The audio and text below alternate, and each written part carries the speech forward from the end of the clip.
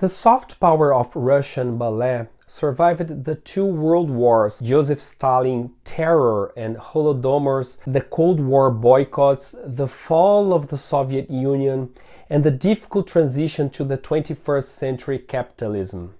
Ballet has served as a visiting card for Russia for centuries and even helped to soften the hearts of political adversaries like the United States. It is arguably one of Russia's most sophisticated cultural soft power tools.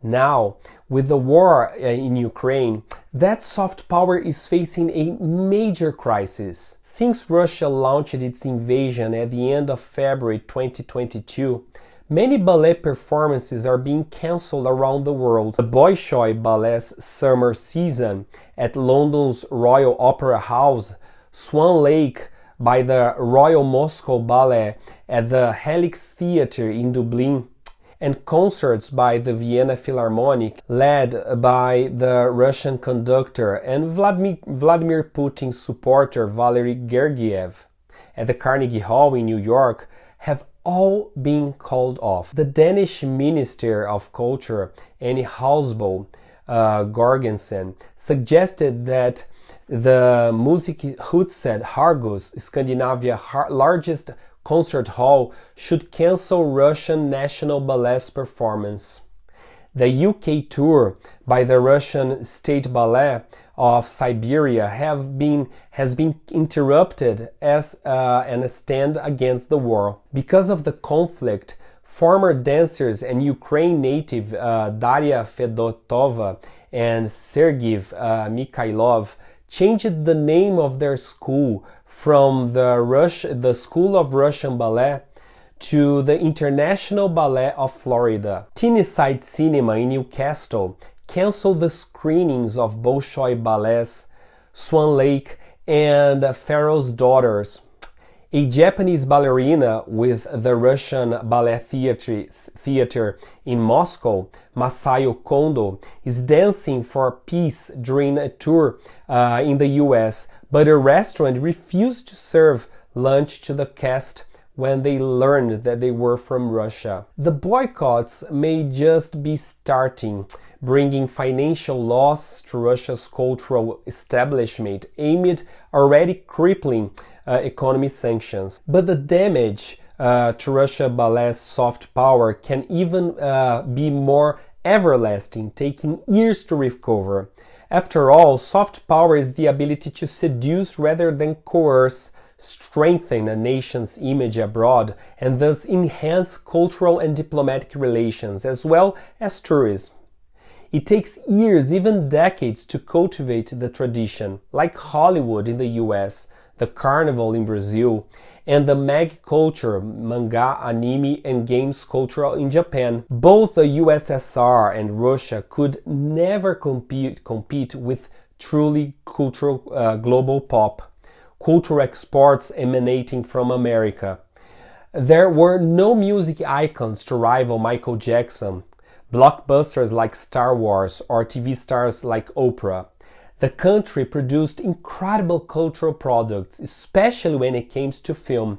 Sergei Eisenstein's Battleship Potemkin from 1925, Andrei Tarkovsky's Sci-Fi Solaris from 1972, and Alexander Sokurov's Russian Ark from 2002 are masterpieces that earned Russian cinema a place in every art book and class around the world, but they were far from being international hits. Russian composers like Igor Stravinsky and Alexander Scriabin, and writers such as Fyodor Dostoevsky and Lev Tolstoy similarly occupy high positions in the world's literary and music canons, but can hardly be described as widely popular, especially in the Anglophone cultural sphere. Ballet, on the other hand, has always been a lucrative export for Russia. In her book Swans of the Kremlin, Christina Erazi looks at how Russia's ballet, whose tradition stretches back to the imperial court,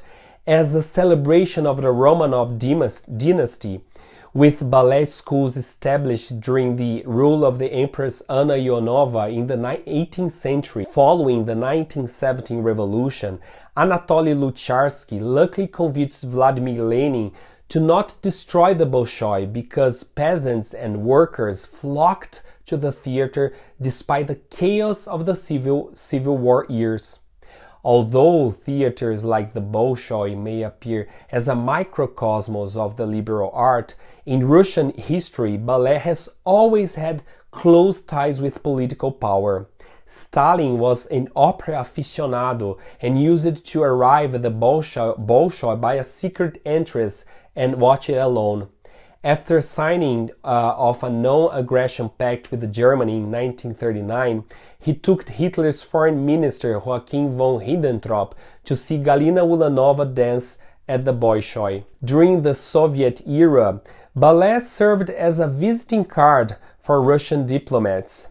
In American-Soviet cultural diplomacy, Kadra Peterson McDowell demonstrates how the Kremlin used the Bolshoi ballets as a meaning of cultural exchange, weaving communist ideas such as collective ownership of the means of productions and the elimination of income inequality discreetly into the storylines along the pre-revolutionary dance aesthetics during the 1959 US tour. Other artists were also crucial for projecting Soviet cultural soft power at the time, like the world-famous cellist and conductor Mstislav Rostropovich and his wife, the opera singer Galina Vishnevskaya. But they faced tough competition from Tchaikovsky's ballet hits like The Nutcracker. Ballet served as a purpose during the Putsch of 1991, which signaled the beginning of the Soviet Union collapse, when instead of announcing the attempted coup against Mikhail Gorbachev, Swan Lake was broadcast on national televisions on a loop. The export of Russian ballet increased during the Yeltsin years, as the Bolshoi had to tour to compensate for an unstable economy while enjoying the opening up of the country after decades behind the Iron Curtain. President Putin's two decades in power may have allowed for economic recovery, but Russian ballet suffered from scandals like the acid attack on Bolshoi artistic director Sergei Filin in 2013. The scandal garnered the attention of the international media, following stories about the toxic culture at the Bolshoi and its close affiliation with the Kremlin, tarnishing Russian ballet's appeal. The connection between Bolshoi and the power structure in Russia is so vivid that artists were directly affected as the result of the invasion of Ukraine. Tugan Sokiev, the chief conductor of the Bolshoi, resigned after coming under pressure to condemn Russia's action. Two Bolshoi dancers, Brazilian Davi Mota Soares and Italian Jacopo Tisci, also resigned, citing solidarity with Ukraine. As someone who appears to favor the outdoors, sports and guns, it's unlikely that President Putin will see ballet as a priority to be shielded from Western sanctions and boycotts. There is in fact little he could do, especially given the current restrictions on travel in and out of the country.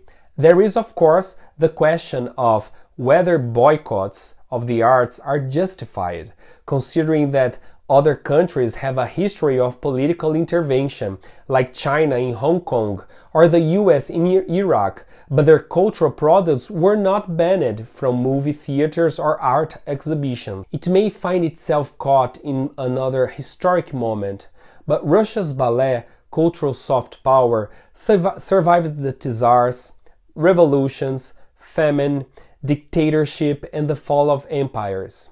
In the end, dance will likely outlast autocracy.